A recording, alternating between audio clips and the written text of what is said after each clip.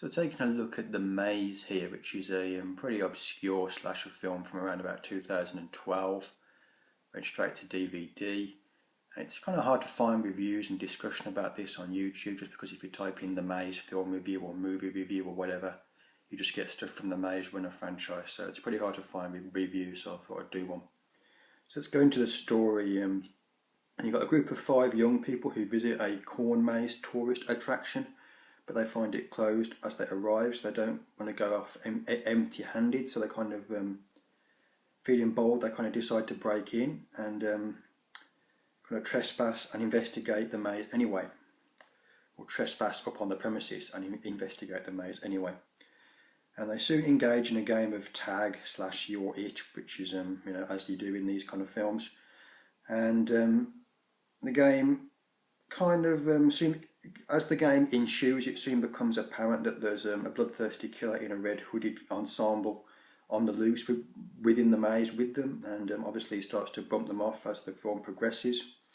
As the numbers dwindle from the group, the maze is actually set on fire, which then draws the attention of the small town police department and indeed fire department.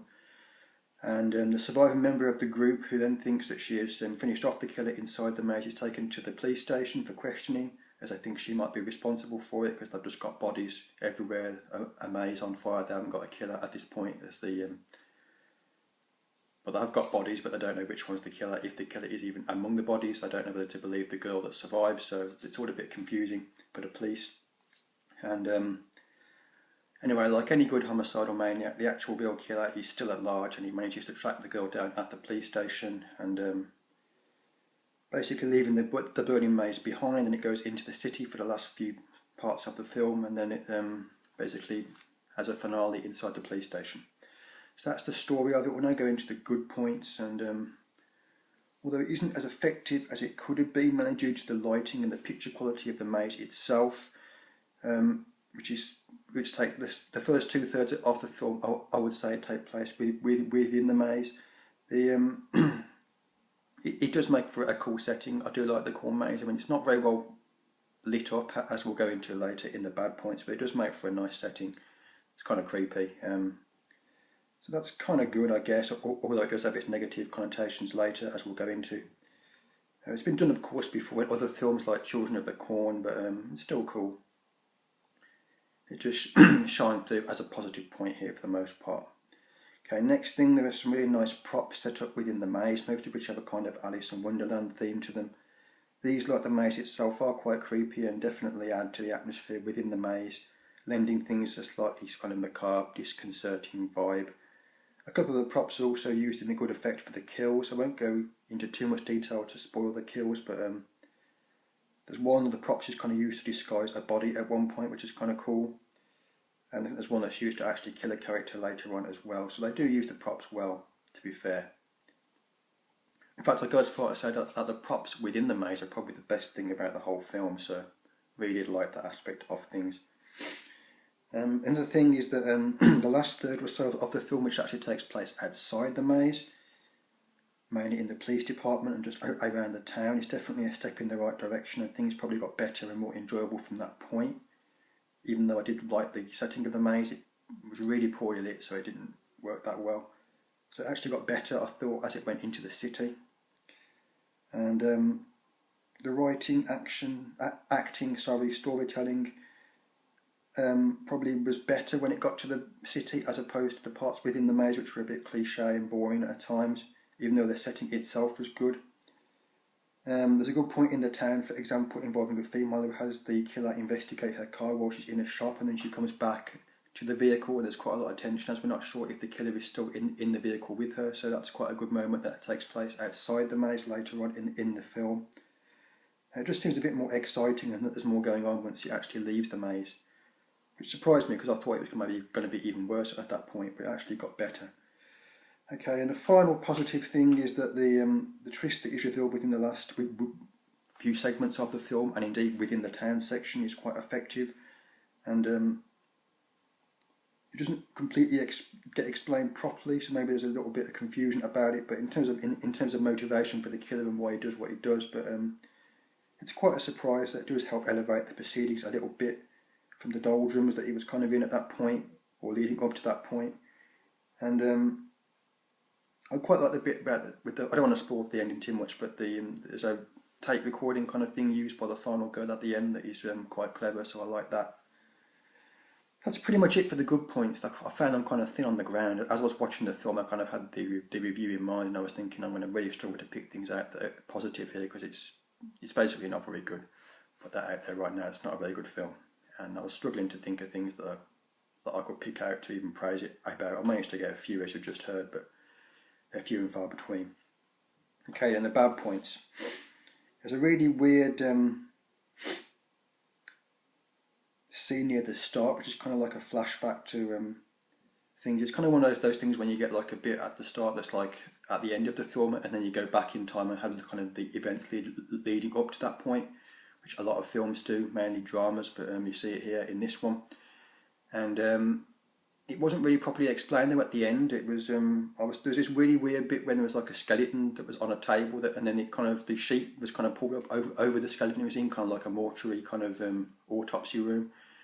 And the medical personnel were like checking out the body, and then they put a skeleton in this case, and they put like a sheet over it after they were done, and then they walked away, and then the sheet fell off the skeleton. It was like there's some kind of like supernatural thing going on. I thought that was going to be explained later, but it never was, so that was kind of weird.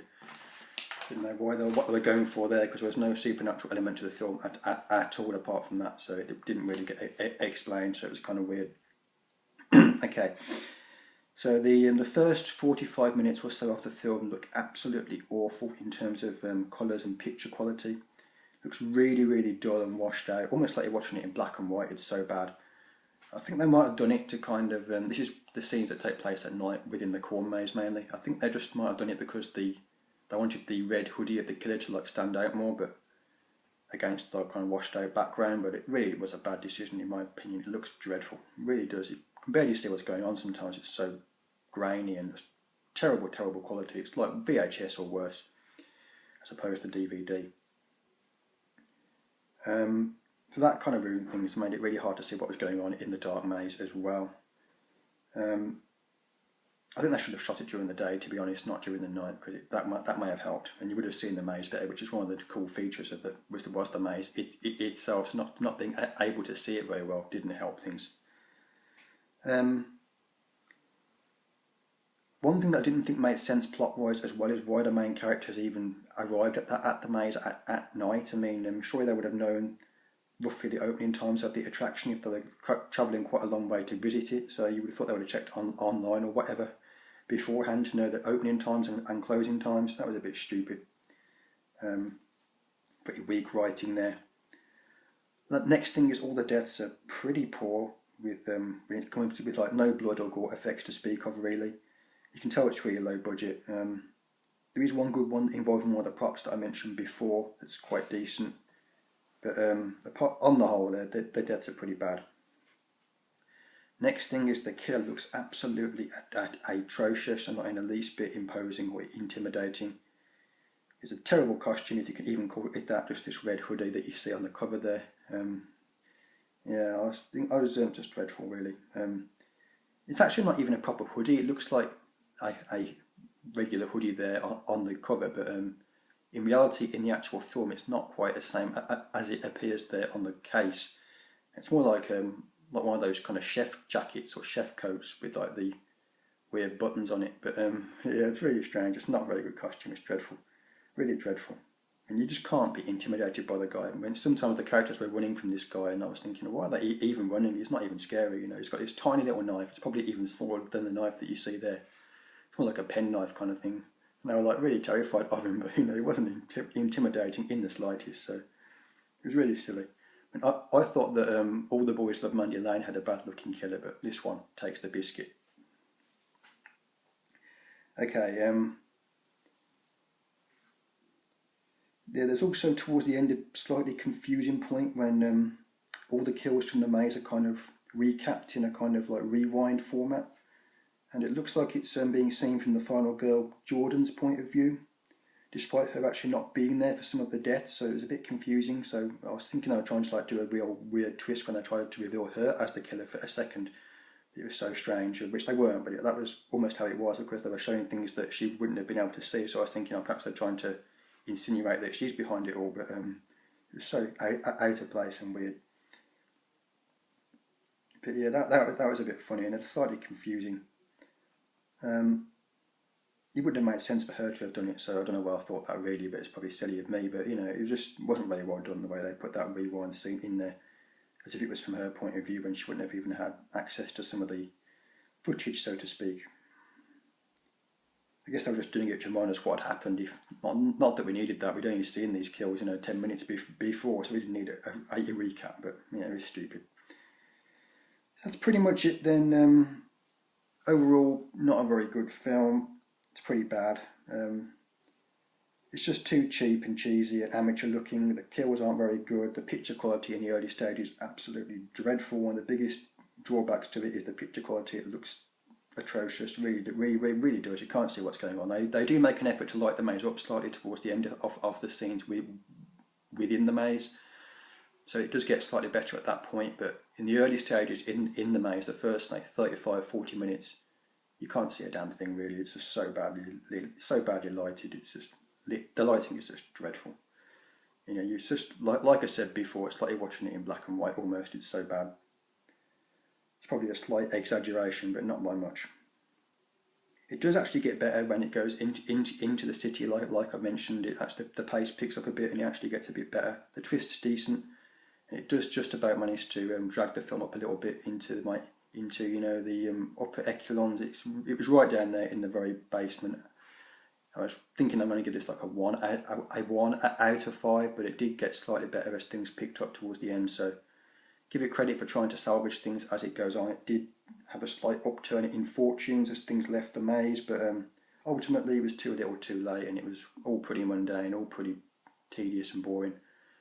Salvaged slightly by a decent ending that did manage to raise it a little bit, but on the whole it was pretty bad. And I was going through the raging now. That's the back of the case, incidentally. I think there might be an alternative artwork case that's got kind of more that kind of image on the front, which is even more misleading because the knife's nowhere near that big. But anyway, onto the star rating. Then it was going to be just a 1 star, but like I say, the ending did elevate things ever so slightly, so it just about scrapes at 2. So there you go. The 2 stars just about manages it.